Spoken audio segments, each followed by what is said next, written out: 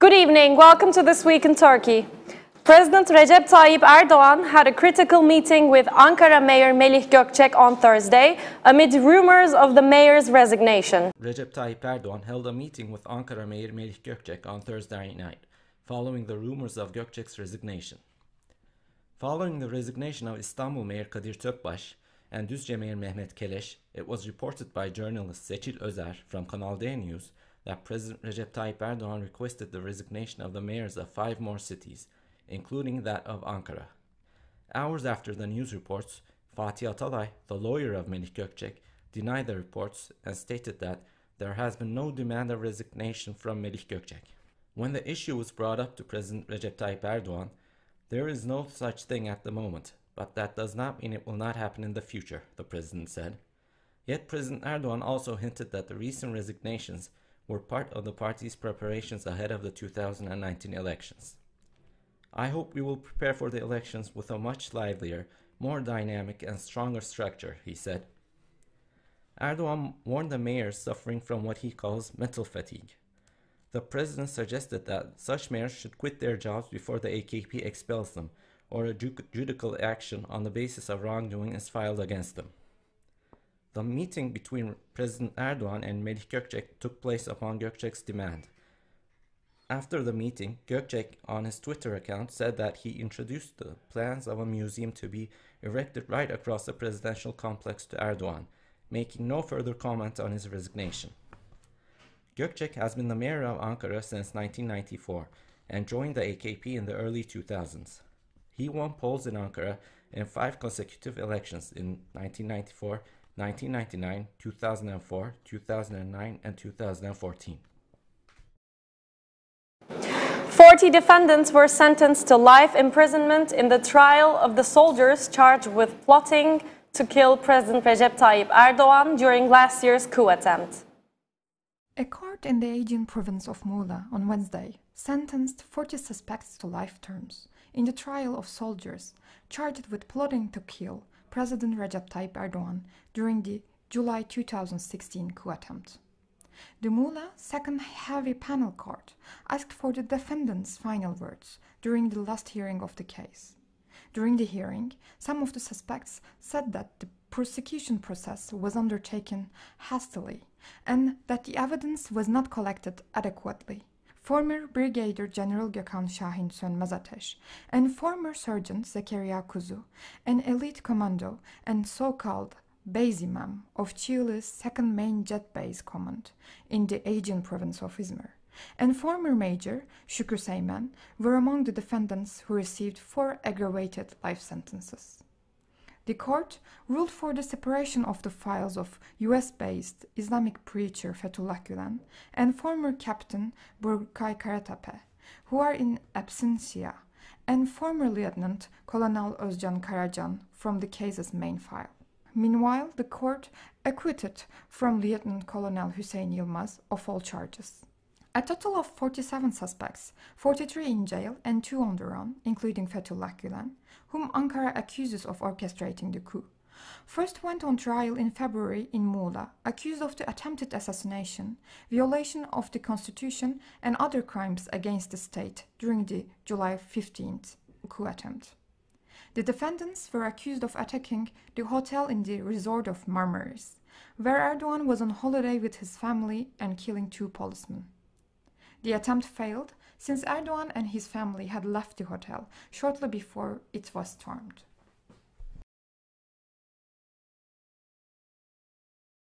President Erdogan traveled to Tehran on Wednesday to hold talks with Iranian President Hassan Rouhani and Supreme Leader Ali Khamenei.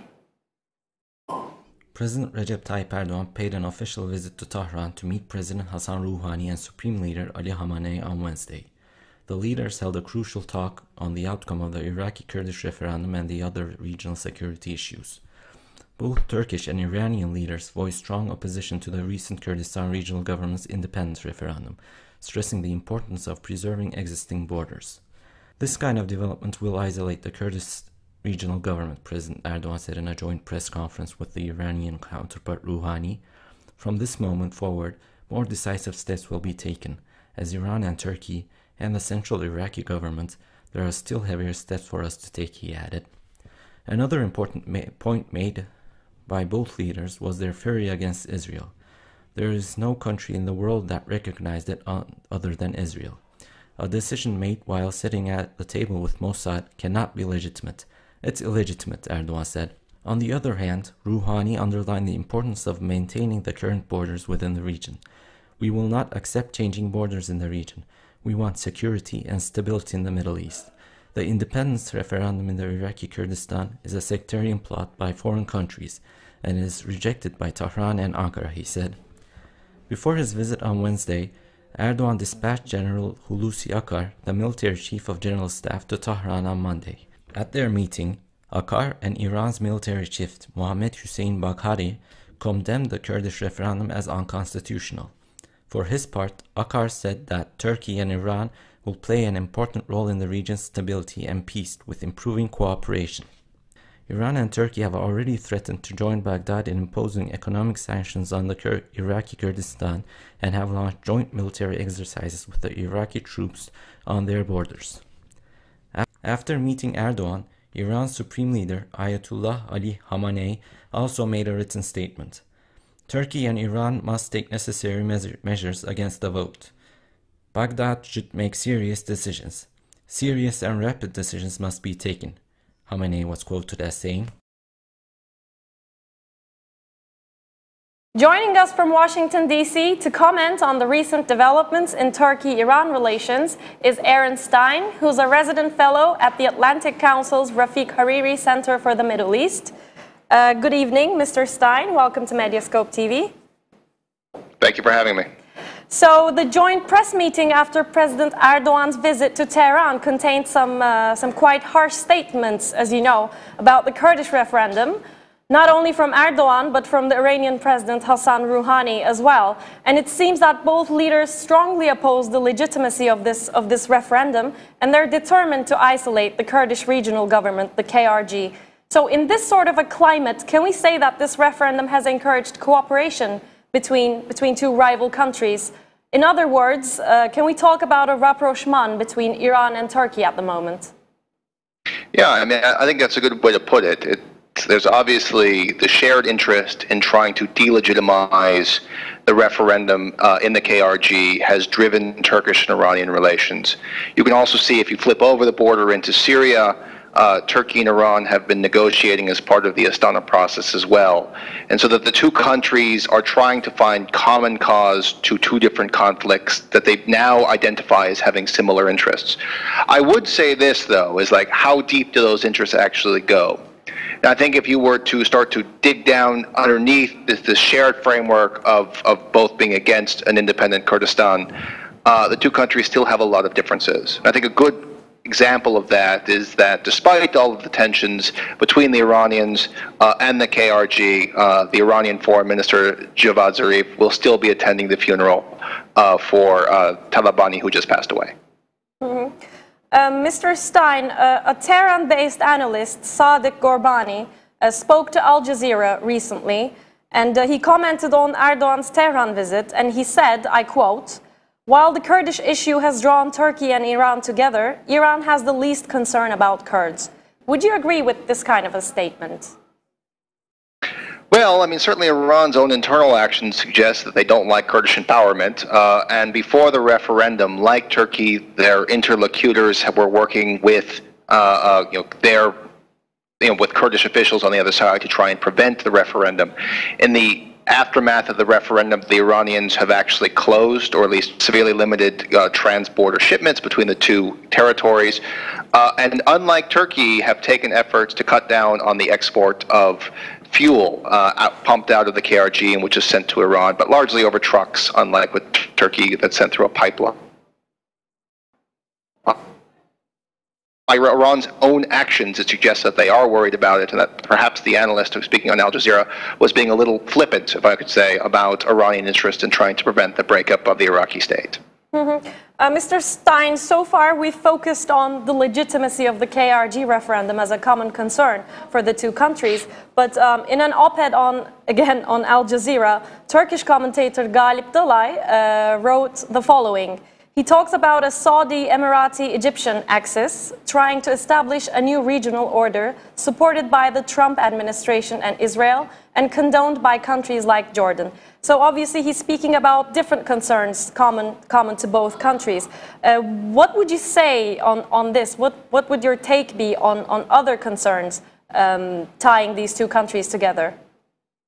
Well, Galip is a friend. I think he's reading a little bit too much into this. I mean, first of all, the point, one axis of U.S. foreign policy, it's both within the fight against the Islamic State, but also a prong of the U.S. policy towards Iraq, is to really engage the Saudi government to be more, supportive of the Shia, the non-Iranian-backed Shia political parties in Baghdad, and in particular Hyder al-Abadi. And I think they have consensus between the Saudis and the Emiratis. And when you can get both the Saudis and the Emiratis, the Egyptians come along for their ride, which is that it's best to try and limit Iranian influence in Iraq by establishing influence with Shia political parties that are not beholden to Iran.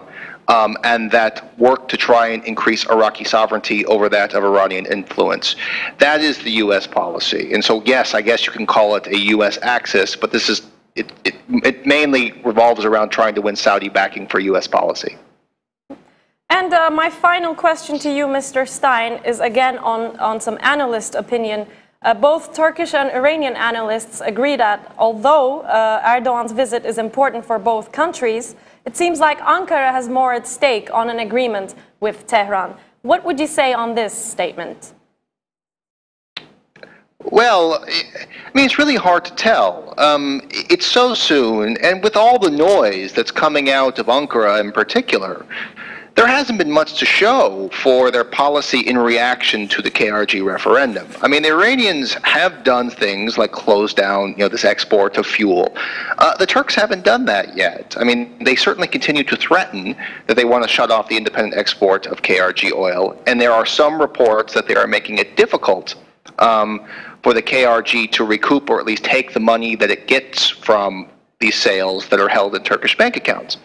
But Turkey's in a bind.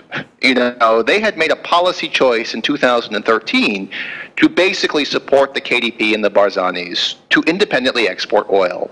And now are trying to run back and undo that policy 4 years later.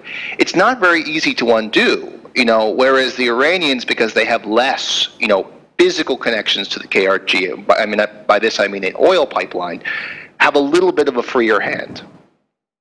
Mr. Stein, thank you very much for your comments and for joining us tonight. My pleasure. Thank you. Former Iraqi president and prominent Iraqi Kurdish leader Jalal Talabani has passed away aged 83 on Tuesday.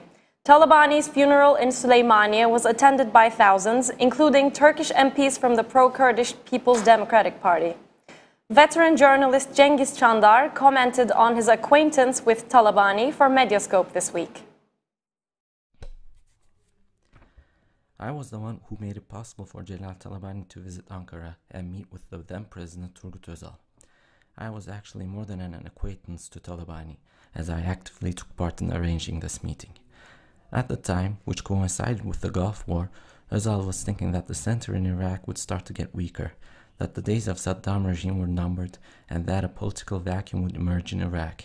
His prediction was that this vacuum would soon be filled, and that Turkey's togetherness with the Iraqi Turkmens would not be sufficient.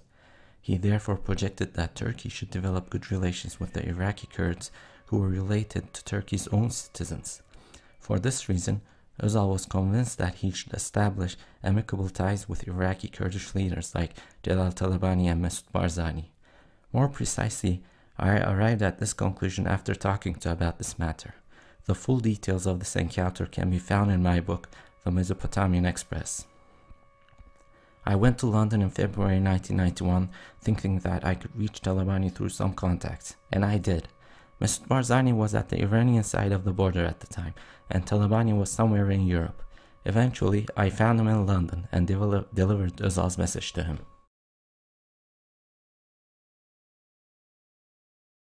Our friend Burak Tatari did an interview yesterday with Rula Gibreel on the Israeli-Palestinian conflict.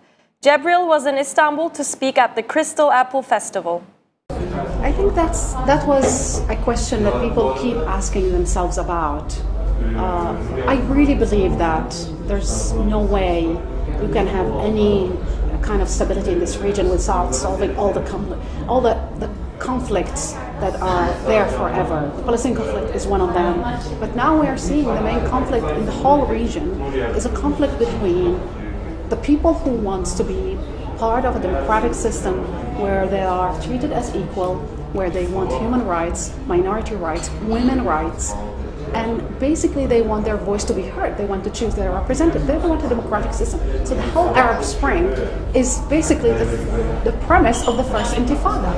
What was the first Intifada about? I was 16 years old when it started. The whole Intifada was, we want dignity, we want social justice, and we want freedom because we are born free. So basically it's the continuation of the Intifada. The Intifada that started in '86 is alive and kicking in the streets of Beirut, Damascus, Sana'a, and elsewhere in the region, and in Baghdad. And it will never go away. It can be pushed down, but it will come back. That's all from This Week in Turkey. Thanks for tuning in and hope to see you again next Friday at 9 p.m. Goodbye.